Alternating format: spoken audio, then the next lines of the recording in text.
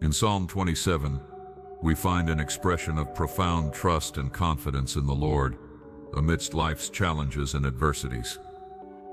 This psalm, attributed to King David, comes from a place of seeking safety and realizing divine protection, where faith is reaffirmed despite external threats. Before we dive into today's meditation and reflection on God's Word, if you desire for these truths to resonate deeply within your life, be sure to like this message and follow the channel so you don't miss any daily psalm insights.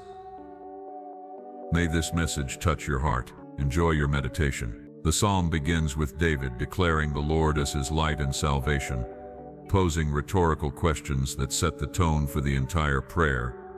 Whom shall I fear, and of whom shall I be afraid? These questions highlight a foundational belief that God's presence eliminates the need for fear.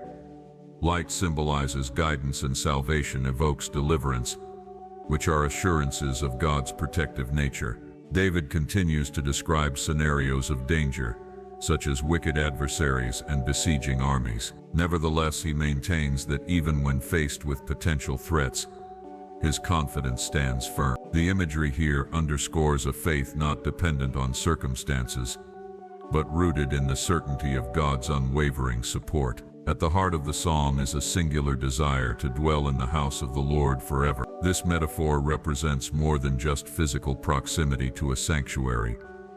It reflects a yearning for continual communion with God, an abiding presence that offers peace and sanctuary. The beauty of the Lord, which David longs to gaze upon, speaks to the awe and reverence held for God's holiness. David clearly believes that in difficult times, God's dwelling serves as a protective refuge, akin to being set high upon a rock, out of harm's reach. From this place of safety, David anticipates that his head will be exalted above his surrounding enemies, leading him to respond with joyous worship and music. The mood shifts to supplication, where David implores God to be merciful and to respond to his cries. He demonstrates a deep personal relationship, recognizing God as his helper. David fears abandonment, but contrasts earthly abandonment, as by father and mother, with divine acceptance, confident in God's constant presence and support.